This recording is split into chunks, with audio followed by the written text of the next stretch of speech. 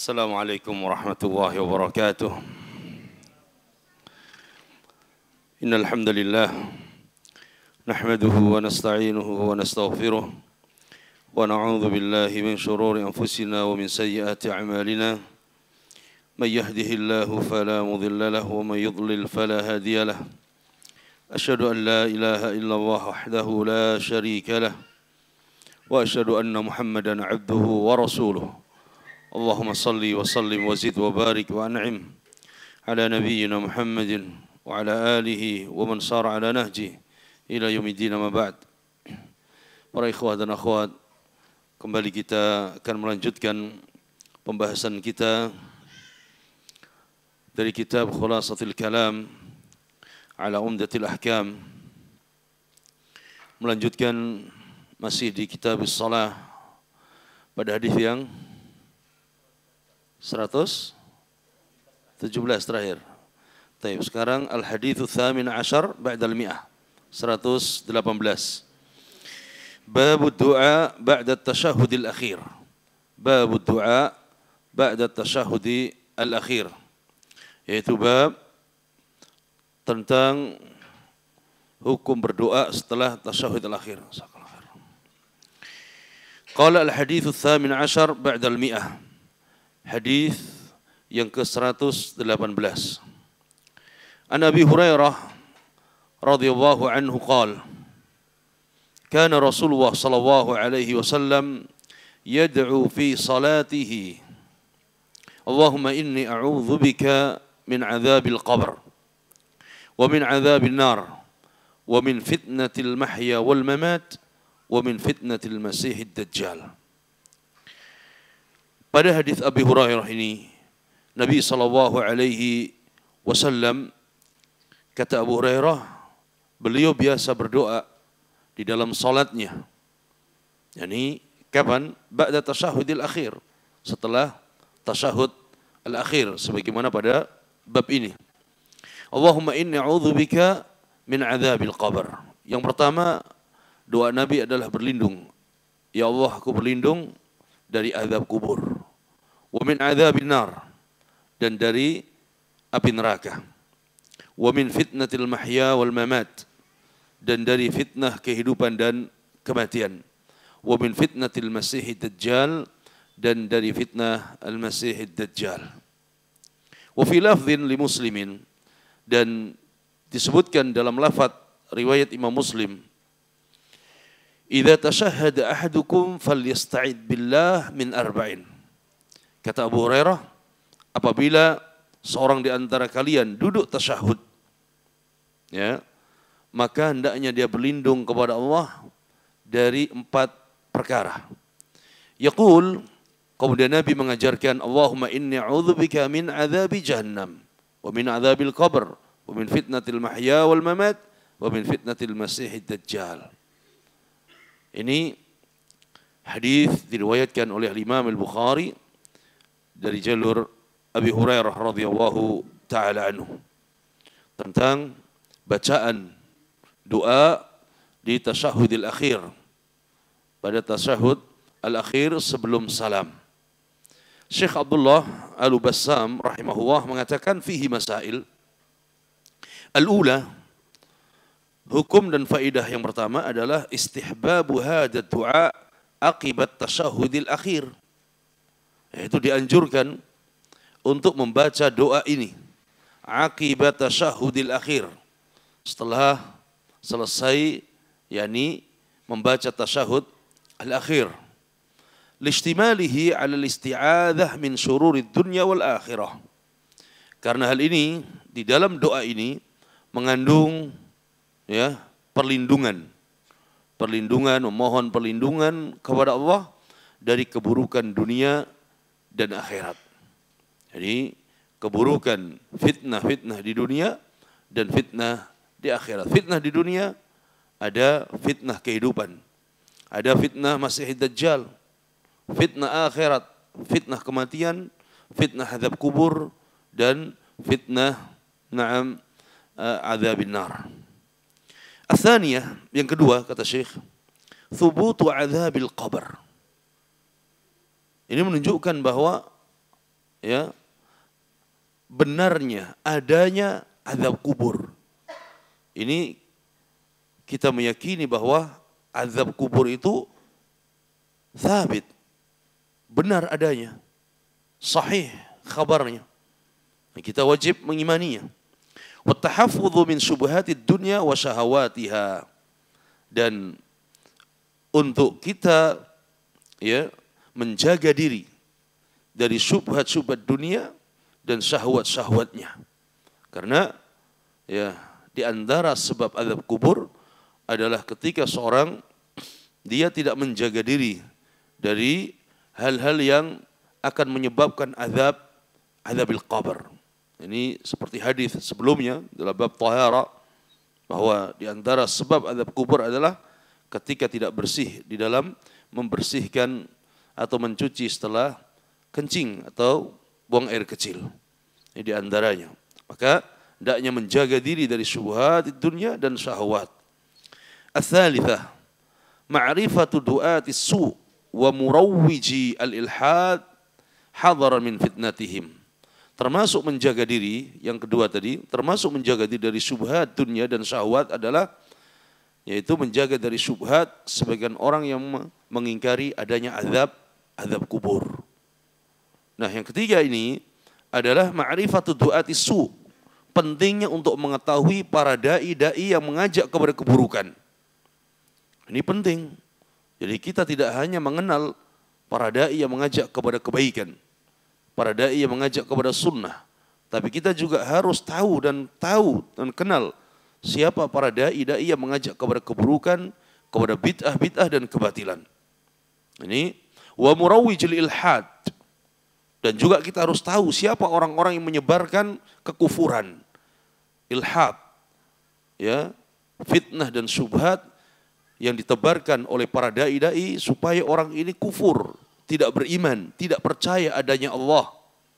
Ini ya banyak terjadi di zaman kita ini terlebih.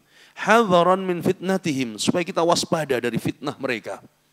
Jadi kita mengetahui pentingnya dan harusnya mengetahui para dai-dai yang mengajak kepada bid'ah, kepada kesesatan dan kufuran, supaya kita menjaga diri dan waspada, tidak tertipu dengan syubhat mereka. Maka seperti yang ungkapan masyhur di kalangan para ulama adalah araftus syarr la lisyarr. Aku mengetahui keburukan bukan untuk aku kerjakan, walakin litawaqqih, tapi untuk menjaga diri. Wa man lam ya'rifis syarr yushiku an yaqa'a fih. Siapa yang tidak mengetahui keburukan, maka dikhawatirkan dia terjerumus pada keburukan tersebut. Jadi penting untuk mengetahui mana sunnah, mana bid'ah, mana tauhid, mana syirik, mana hak, mana batil, mana dai yang berada di atas tauhid dan sunnah yang menyerukan kebaikan, dan mana dai-dai yang menyeru kepada kekufuran, kebid'ahan, kesyirikan dan kemaksiatan. Jadi kalau ada syubhat di antara sebagian orang awam, kenapa Ustadz Fulan harus menyebut bahwa si Fulan ini ahli bid'ah, si Fulan ini adalah ahli su', si Fulan ahlul batil? Bukankah itu termasuk ghibah? Bukankah sesama muslim? Ini indah sekali syubhat ini. Sehingga orang yang tidak paham, oh iya ya, berarti Ustadz itu tidak beradab. Ustadz itu tidak berakhlak kepada sesama muslim. Kan ini syubhat indah. Orang yang tidak paham, iya benar.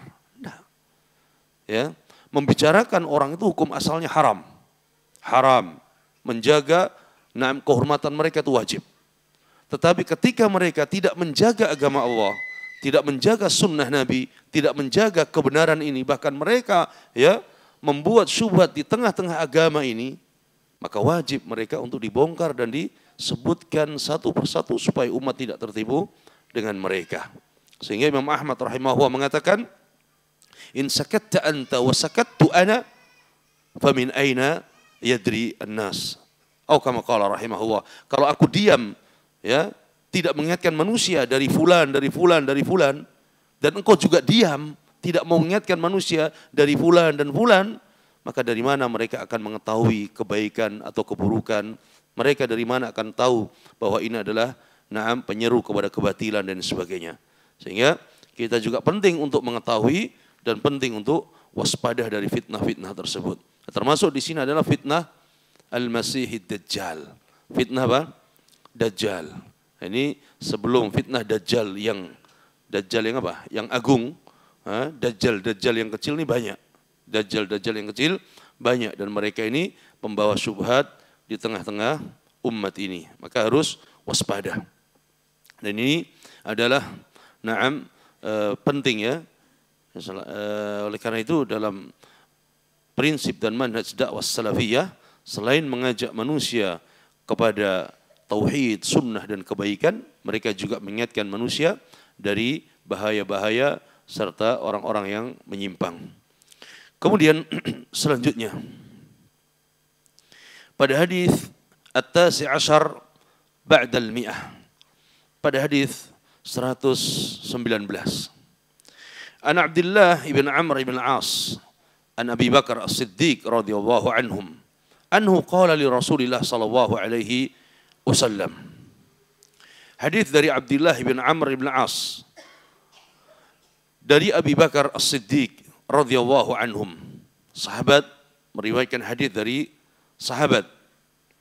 Annahu qala li Rasulillah sallallahu alaihi wasallam, bahwa Abu Bakar As-Siddiq pernah berkata kepada Rasulullah sallallahu alaihi wasallam.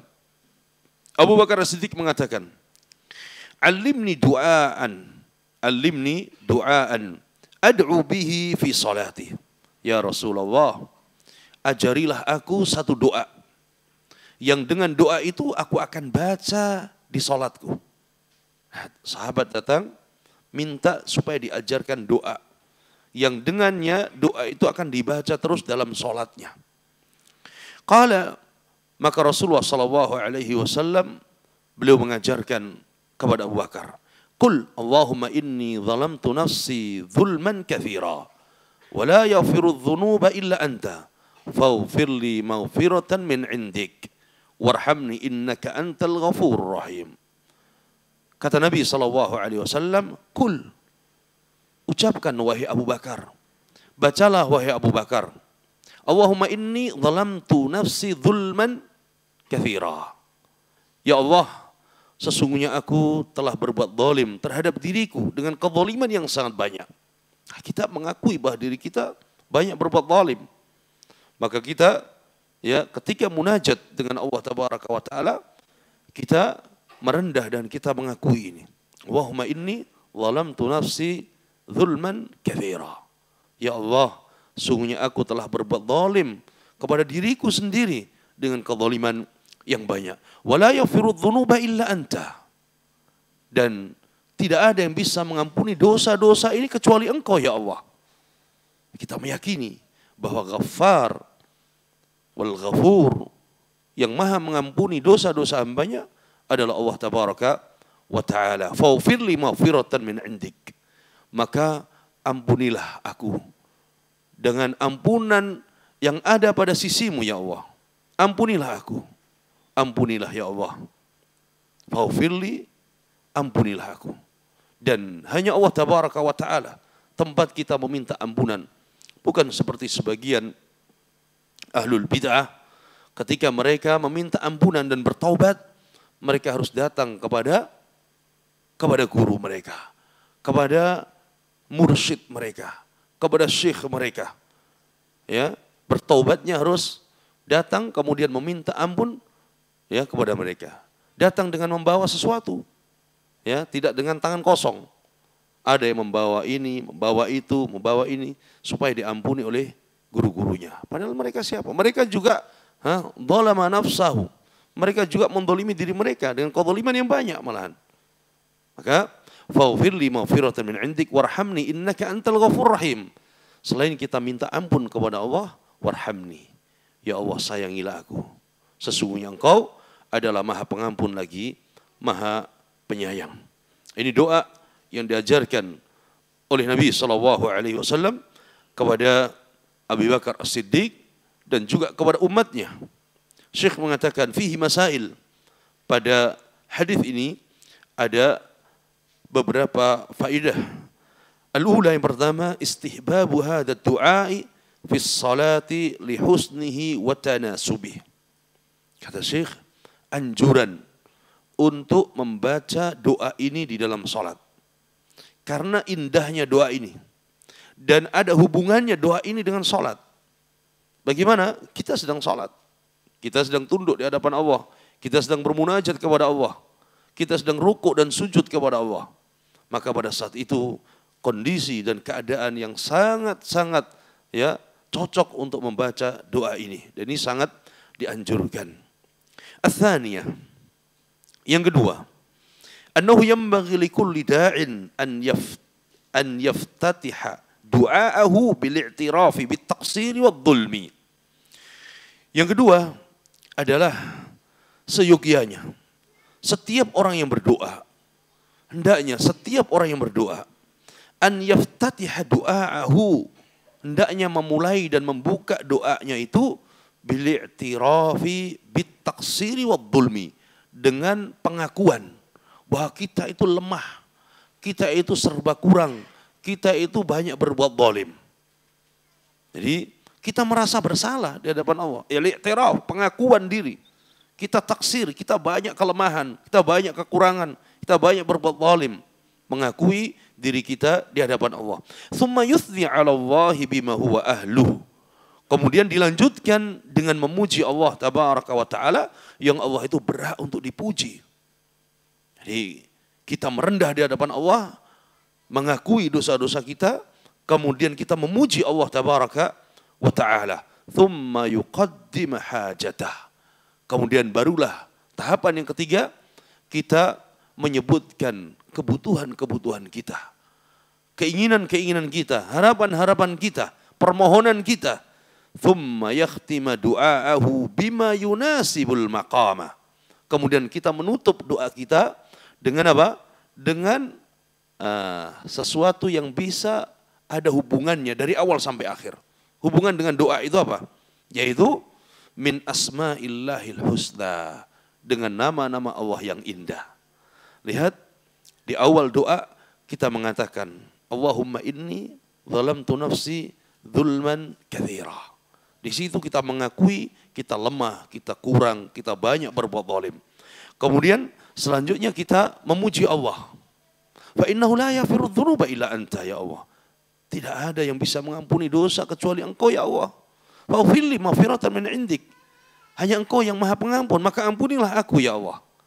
Kemudian, tahapan ketiga tadi, maka ampunilah aku ya Allah. Kita mengadukan, kita menyebutkan permohonan kita. Faghfir li, ampunilah aku ya Allah. Kemudian ditutup dan diakhiri dengan apa tadi? Fa innaka warhamni innaka antal ghafur rahim. Maka sayangilah aku, sesungguhnya Engkau adalah Maha Pengampun lagi Maha Penyayang. Di sini kata para ulama, dua nama Allah tabaraka wa taala ini ya sangat cocok dengan doa yang kita sedang minta kepada Allah. Kita minta ampunan maka kita sebut Ghafur. Kita minta apa? Kasih sayang Allah, rahmat Allah maka kita sebut Ar-Rahim. Ya, ini termasuk daripada tawassul di dalam berdoa dengan menyebut nama-nama Allah tabaraka wa taala. Ats-tsalitsah, yang ketiga, an akhiras salah min mautin istijabati du'a. An akhiras salah min mawatin istijabati du'a. Bahwa akhir daripada salat itu adalah waktu dan tempat di mana doa itu akan dikabulkan oleh Allah tabaraka wa taala. Jadi ada waktu dan kondisi dalam salat kita disunahkan untuk memperbanyak doa. Tayyib. Dan doa itu ada yang memang doanya adalah tauqifi, harus dari contoh Nabi, dan ada doa yang memang diberikan kita kelonggaran, kebebasan untuk berdoa dengan doa apa saja. Ya, dan di antara doa yang kita dibebaskan adalah ketika kita sujud.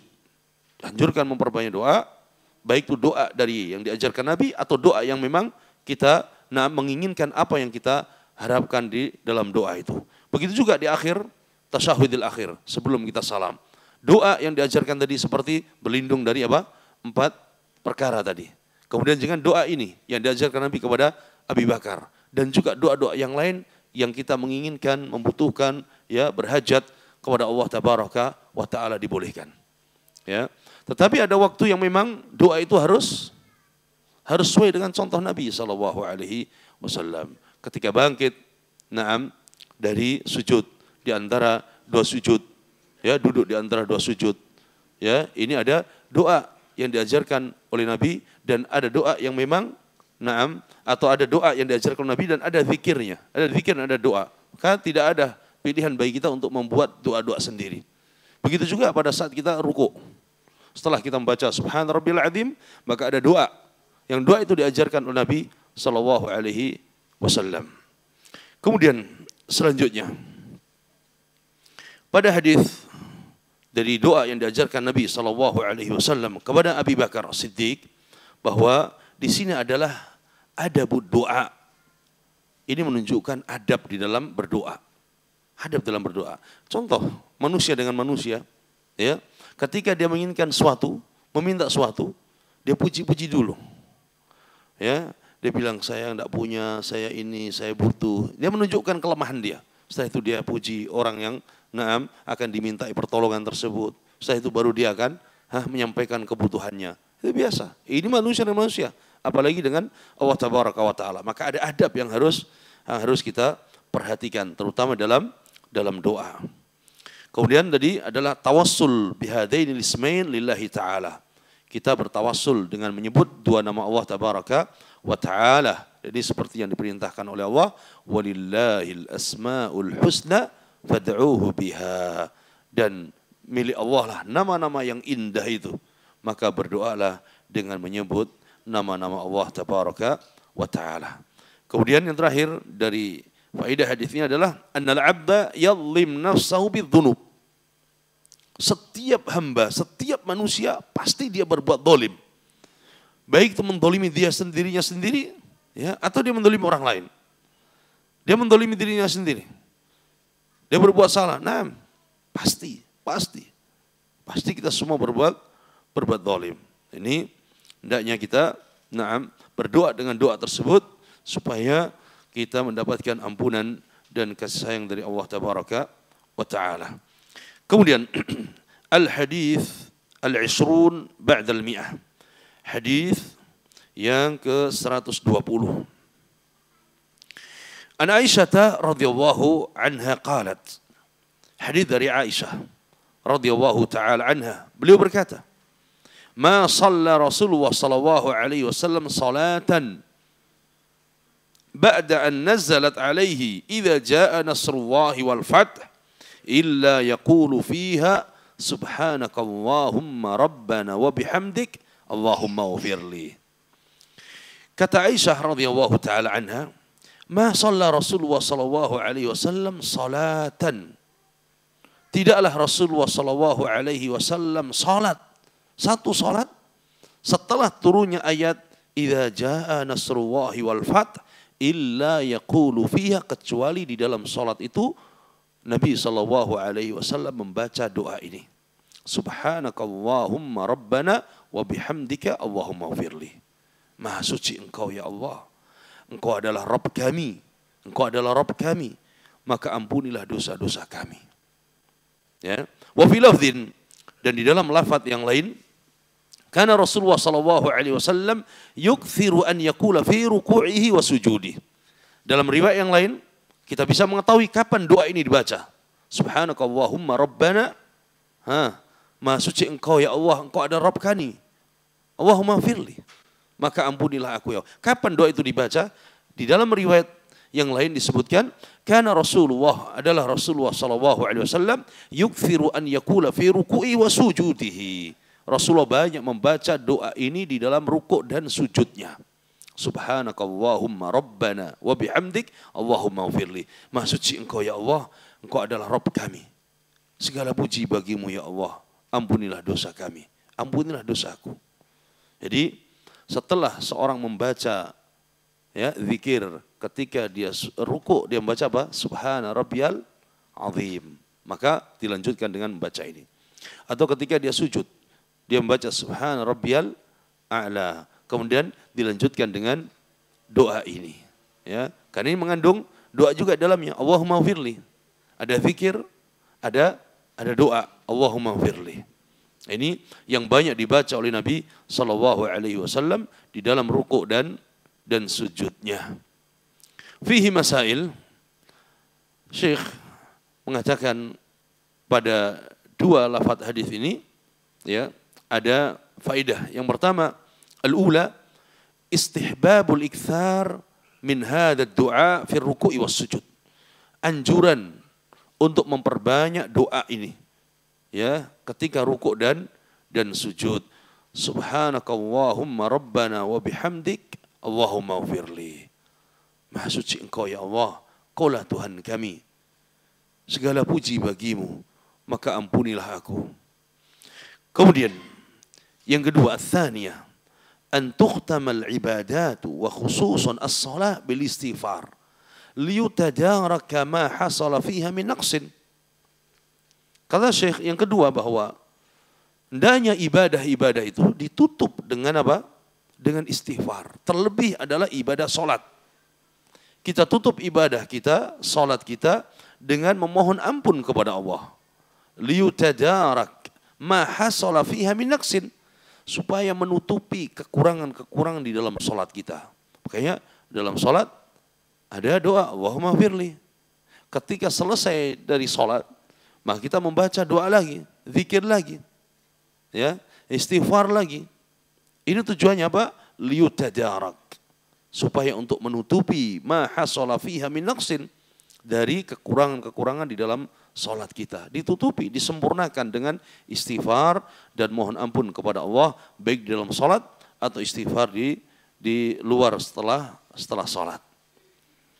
Ats-tsalitsah, yang ketiga, an ahsana wasilatin ila Allah fi qabuli du'a hiya dzikru mahamidih. Hiya dzikru mahamidih wa tanzihu minan naqaisi wa kathratul istighfar.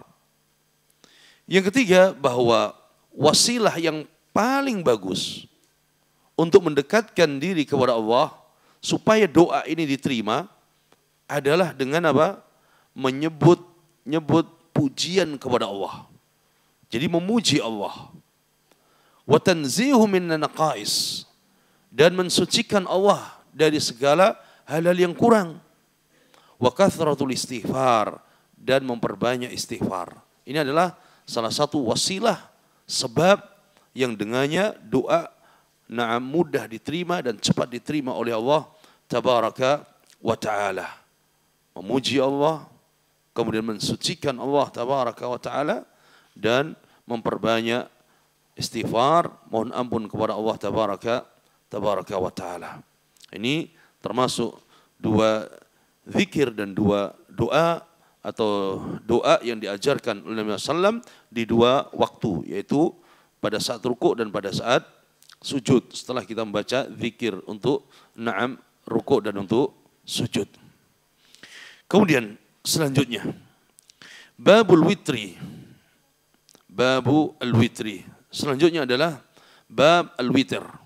Kalau tadi adalah bab apa? Doa ba'da tasyahudil akhir. Itu doa-doa setelah tasyahud al-akhir. Kemudian kita lanjut pada babul witri. Bab hukum seputar salat witir. Hukum seputar salat witir. Yang dimaksud dengan witir adalah al-fard. Witir itu ganjil. Witir itu ganjil. Lawan daripada syafa', lawan daripada genap. Nah, dan pada bab ini penulis rahimahullah pada bab witir membawakan 3 hadis. Yang pertama, al-hadis al-hadi wal 20 ba'da al-mi'ah, yaitu hadis yang ke-121. An Abdullah bin Umar radhiyallahu anhuma qala sa'ala rajulun an-nabiyya sallallahu alaihi wasallam wa huwa 'ala al-mimbar. Kata Abdullah bin Umar radhiyallahu anhuma, ada seorang bertanya kepada Nabi sallallahu alaihi wasallam wa huwa 'ala al-mimbar. Pada saat itu Nabi sedang berkhutbah di atas mimbar. Ma tara fi salatil lail? Sahabat ini bertanya kepada Nabi sallallahu alaihi wasallam tentang salatil lail, Seperti apa salat lail itu wahai Nabi? Qala mathna mathna. Salatul lail, qiyamul lail itu adalah mathna wathna. 2 rakaat salam, 2 rakaat salam. Fa idza khasya ahadukum as-subha shalla wahidah. Apabila seorang di antara kalian khawatir ya sudah masuk waktu subuh, waktu fajar, maka hendaknya dia salat 1 rakaat. Fa autarat lahu ma shalla, sehingga 1 rakaat itu ya bisa menjadi penutup ganjil dari salat yang dia laksanakan. Jadi ketika Nabi ditanya bagaimana salat malam itu, kata beliau mathna mathna. 2 rakaat salam, 2 rakaat salam. Wa annahu kana yaqul, dan Nabi SAW dalam hadis yang lain beliau mengatakan ij'alu akhir salatikum bil laili witra. Jadikanlah akhir salat kalian di malam hari adalah witir. Jadikanlah akhir salat malam hari adalah salat witir. Ini hadis yang pertama dibawakan oleh penulis rahimahullahu taala. Fihi masail, pada hadis ini ya, yang mana dalam hadis ini ada seorang sahabat tadi yang bertanya tentang salat witir, salat lail. Faqal al-ula, yang pertama, faedah yang pertama, anna salat al-lail rak'atan bila ziyadati wala naqs. Kata Syekh Abdullah Al-Bassam bahwa salat lail itu 2 rakaat, 2 rakaat. Bila ziyadah wala naqs. Tidak ditambah, tidak dikurangi. Hukum asalnya. Hukum asalnya adalah 2 rakaat, 2 rakaat. Tidak ditambah, tidak dikurangi. Ats-tsaniyah, anna al-witra yakunu akhir salatil lail. Bahwa salat witir itu adalah sebagai akhir salat di malam hari. Akhir salat di malam hari. Wa yantahi waqtuhu bi tulu'il fajri. Kapan akhir dibolehkannya salat witir? Adalah ketika sudah terbit fajar.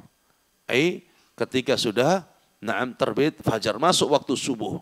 Kalau kita tidak tahu kapan terbit fajar, ya ketika sudah azan fajar, azan subuh, ya, maka di situ sudah selesai waktu salat witir. Ats-tsalitsah, al-afdal an yakuna al-witru ba'da salati syafa'. Yang ketiga kata Syekh, faedahnya bahwa yang lebih utama salat witir itu setelah salat genap. Salat witir itu setelah salat genap. Nah, ini kapan? Ya, silakan bisa dipilih. Ya, mau setelah salat genapnya adalah ba'da al-isya, atau setelah salat genapnya adalah setelah 2 rakaat ba'di al-isya, atau setelah salat genapnya nanti di mana? Di malam harinya. Ini kata Syekh rahimahullah. Ar-rabi'ah, yang keempat, istihbabul witri wa annahu minan nawafilil muakkadat. Dianjurkan ya salat witir karena ini termasuk sunnah yang muakkadah, sunnah yang sangat ditekankan. Karena tadi ya adalah lafadznya fi'il amr, ij'alu, jadikanlah. Ini seakan-akan apa? Perintah, jadikanlah. Akhir dari salat kalian di malam hari adalah witir. Hukum asalnya adalah perintah, hukumnya wajib. Tetapi ini tidak sampai kepada wajib, tetapi jadi sunnah yang ditekankan. Jadi sunnah yang sangat ditekankan. Kemudian selanjutnya bahwa salat witir itu memiliki tata cara. Memiliki 2 cara. Cara yang pertama, salat witir adalah mathna. Salat lail. Salat lail itu memiliki 2 cara, 2 sifat. Yang pertama adalah antakuna mathna, yaitu 2 rakaat salam, 2 rakaat salam. Thumma yaj'alul witra wahidah. Setelah 2 rakaat salam, 2 rakaat salam, 2 rakaat salam, kemudian setelah itu dia tutup dengan satu witir. Wa hadhihi ghalib hadis Nabi sallallahu alaihi wasallam, dan ini yang paling banyak dilakukan oleh Nabi sallallahu alaihi wasallam di dalam banyak hadisnya. Ya, dalam banyak hadisnya. Cara yang kedua, salatul lail an yajma' baina rakaat, yaitu menggabungkan rakaat-rakaat yang banyak. Seperti dalam beberapa riwayat. Riwayat yang pertama, salat qiyamul lail Nabi adalah 5 raka'atin bisalamin wahidin wa tasyahudin wahidin. Langsung 5 rakaat dengan satu apa? Dengan satu tasyahud dan satu yaitu kemudian ditutup dengan salam. Ya. Jadi bukan setiap 2 rakaat tasyahud awal, kemudian 2 rakaat tasyahud kedua, kemudian nanti yang kelimanya baru lah. Tapi 5 rakaat langsung digabung, kemudian pada rakaat kelima itulah tasyahud dan salam. Tasyahud dan salam. Ini seperti dalam hadis Ummi Salamah. Dalam hadis Ummi Salamah. Kemudian yang kedua, cara yang kedua ya adalah bisab'i raka'atin bisalamin wahid wa tasyahudin wahid. Digabung langsung 7 rakaat. 7 rakaat, kemudian 1 kali tasyahud akhir, ya, kemudian salam. Ya, ini juga dalam hadis Ummi Salamah dan hadis Aisyah. Dalam hadis Aisyah. Kemudian yang ketiga adalah bitis rakaat dengan 9 rakaat langsung bitasyahudain wa salamin wahidin. Bitasyahudain wa salamin wahid. Yaitu 9 rakaat langsung. Langsung 9 rakaat. Tapi dengan 2 tasyahud. 2 tasyahud. Dan salam terakhir. Bagaimana? Ketika dia sampai pada rakaat yang ke-8, maka dia tasyahud. Ya. Kemudian dia bangkit lagi. Untuk rakaat ke-berapa? 9. Kemudian setelah itu dia pada rakaat ke-9 itu tasyahudul akhir dan dia salam. Jadi gitu ya. Pada 5 rakaat, kalau dia mau digabung berarti 5 rakaat sekali tasyahud dan langsung salam. 7 rakaat berapa tadi? Sekali tasyahud kemudian salam. Kalau 9 rakaat berarti berapa? Rakaat ke-8 dia tasyahudul awal, kemudian bangkit ke atas untuk rakaat ke-9, setelah itu baru tasyahud al-akhir dan salam. Ini seperti dalam hadis Aisyah radhiyallahu taala anha. Ini di antara contoh menjamak rakaat-rakaat yaitu pada qiyamul lail beserta witirnya. Kemudian tadi disebutkan tentang anjuran salat witir adalah setelah rakaat atau setelah salat syafa'. Apa itu syafa'? Genap. Kapan waktunya? Kapan waktunya? Bahwa salat witir itu memiliki waktu permulaan dan memiliki waktu nihayah. Memiliki waktu awal dan waktu akhirnya. Adapun di awal waktunya adalah mulai setelah sholat isya. Mulai setelah sholat isya.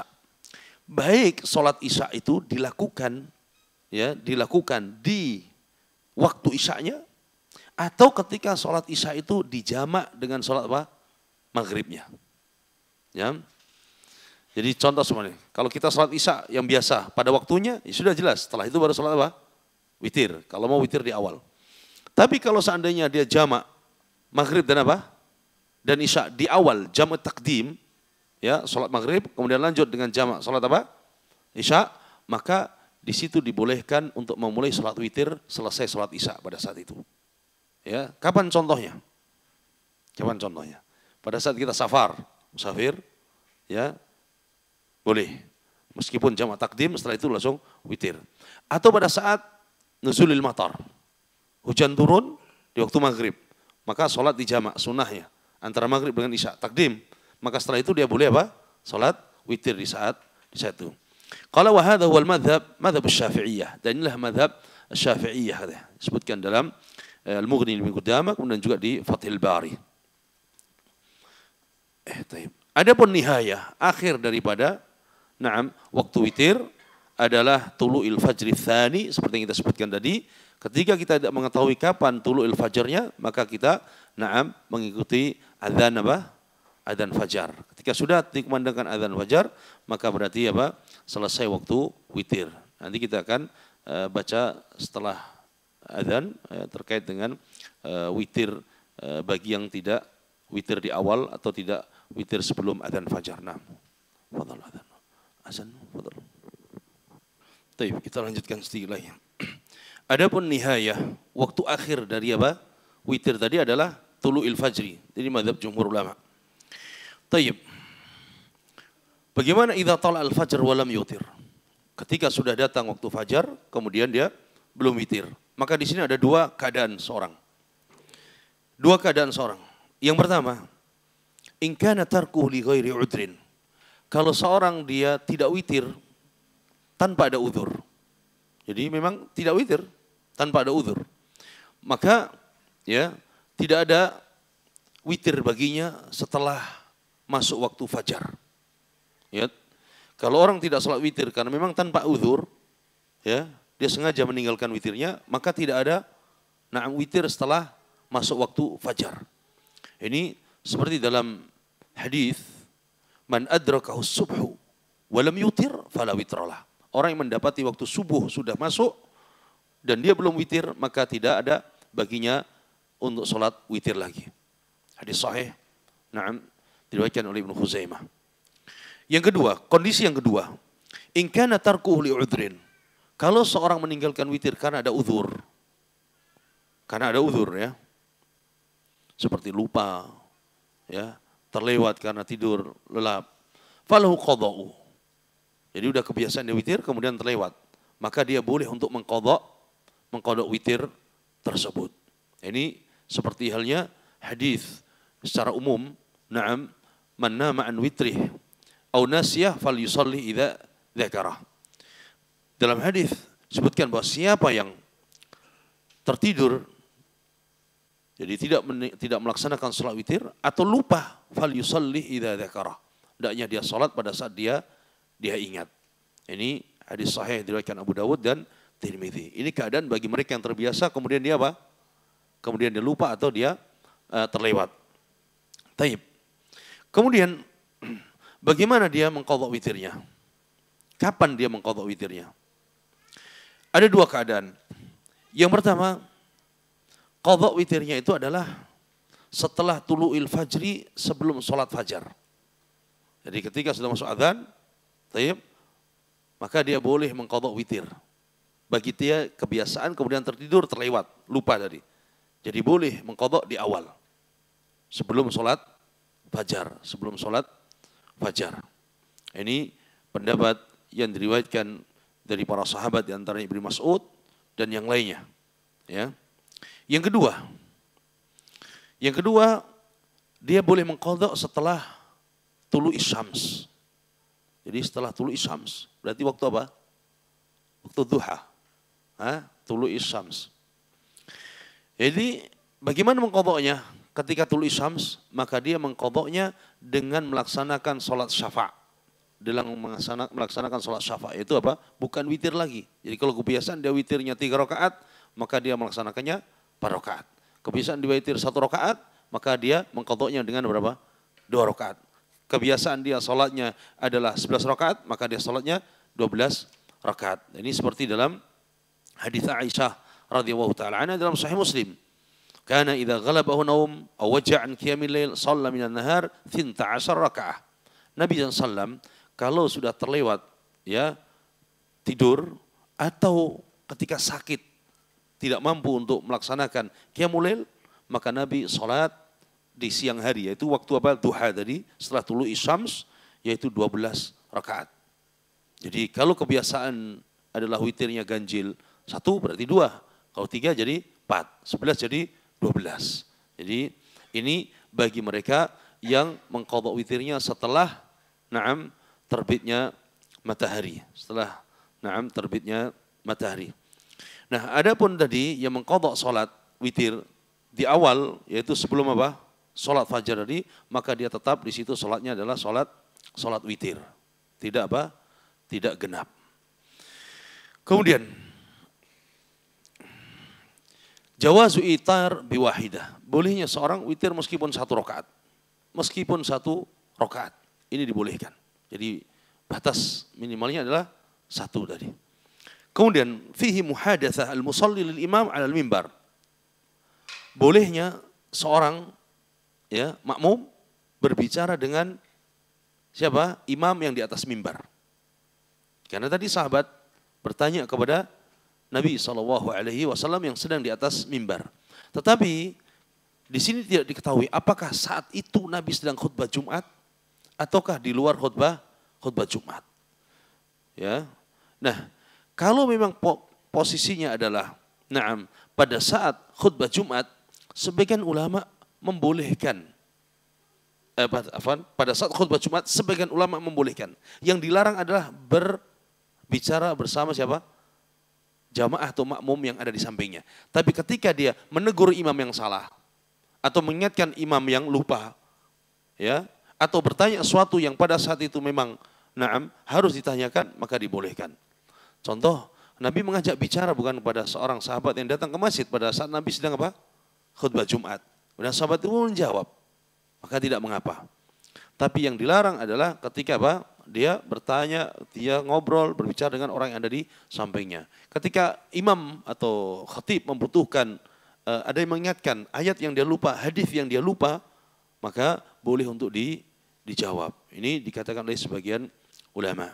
Ya, wallahu alam. Mudah-mudahan ini bermanfaat dan insyaallah kita lanjut pada pertemuan yang akan datang. Ada yang tanyakan? Silakan kalau ada tanya. Cukup insyaallah. Mudah-mudahan ini bermanfaat. Insyaallah kita lanjutkan pada pertemuan yang akan datang. Wassallallahu ala nabiyyina Muhammad wa ala alihi wa sahbihi wasallam. Subhanakallahumma bihamdika asyhadu an la ilaha illa anta astaghfiruka wa atubu ilaik. Assalamualaikum warahmatullahi wabarakatuh.